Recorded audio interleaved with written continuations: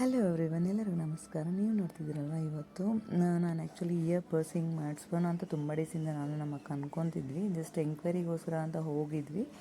ಈ Sunday outside ಹೋದಾಗ ನಾವು ಜಸ್ಟ್ ಎಂಕ್ವೈರಿಗೆ ಅಂತ ಹೋದ್ವಿ. ನನ್ನ ಹತ್ರ ಇಯರಿಂಗ್ಸ್ ಆಲ್ರೆಡಿ ಇತ್ತು, ಅದು ಚಿಕ್ಕದು. ಸೊ ನಾನು ಕೇಳಿದೆ ಇದರಲ್ಲಿ ಆಗುತ್ತಾ ಅಂತ.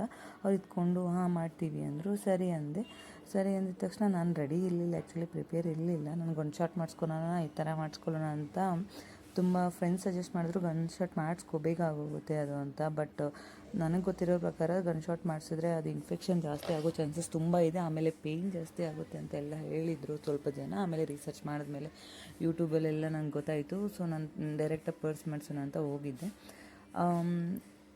ಇವ್ರ ಎಕ್ಸ್ಪೀರಿಯನ್ಸ್ ಅನಿಸುತ್ತೆ ತುಂಬ. ಜಸ್ಟ್ 5 ಮಿನಿಟ್ಸ್ ಕೂಡ ತೊಗೊಂಡಿಲ್ಲ ಅವರು ಎರಡೂ ಸೈಡೂ ಪರ್ಸ್ ಮಾಡೋಕ್ಕೆ. ಇಷ್ಟು ಬೇಗ ಮಾಡಿಬಿಟ್ರು ಅಂದರೆ ನನಗೆ ಶಾಕ್ ಆಯಿತು. ಆಗೋಯ್ತಾ ಅನಿಸ್ಬಿಡ್ತು. ಎಕ್ಸೈಟ್ ಫೀಲ್ ಇತ್ತು, ನರ್ವಸ್ ಇತ್ತು, ತುಂಬ ಟೆನ್ಷನ್ ಇತ್ತು ಫಸ್ಟ್ ಆಫ್ ಆಲ್ ನನಗೆ. ಇಲ್ಲಿ ನೋಡ್ತಿದ್ದೀರಲ್ವ, ಇಲ್ಲಿ ಜಸ್ಟ್ ಅವರೇ ಮಾರ್ಕ್ ಮಾಡಿಕೊಟ್ರು, ಇರಲಿನ ಅಂತ ಕೇಳಿದರು.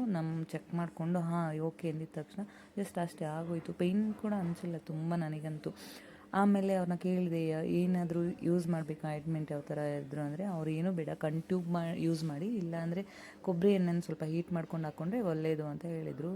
ಸೊ ನಾನು 3 to 4 ಡೇಸ್ ಕಂಟಿನ್ಯೂಸ್ ಕೊಬ್ಬರಿ ಎಣ್ಣೆ ಯೂಸ್ ಮಾಡಿದೆ.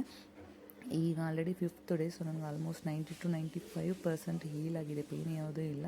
ಬಟ್ ಏನಪ್ಪ ಅಂದರೆ ಹುಷಾರಾಗಿ ನೋಡ್ಕೋಬೇಕು. ಮಲ್ಕೊಂಡಿರುವಾಗ ಏನಾದಕ್ಕೂ ಸಿಕ್ಕಾಕೊಂಡಿರ ಸ್ವಲ್ಪ ಹುಷಾರಾಗಿ ನೋಡ್ಕೊಂಡು. ನಾನು ಪರ್ಸ್ ಮಾಡ್ಕೊಂಡಿದ್ದು ಕುರುಬ್ರಳ್ಳಿಯಲ್ಲಿರೋ ಶಾಪಲ್ಲಿ. Thank you for watching.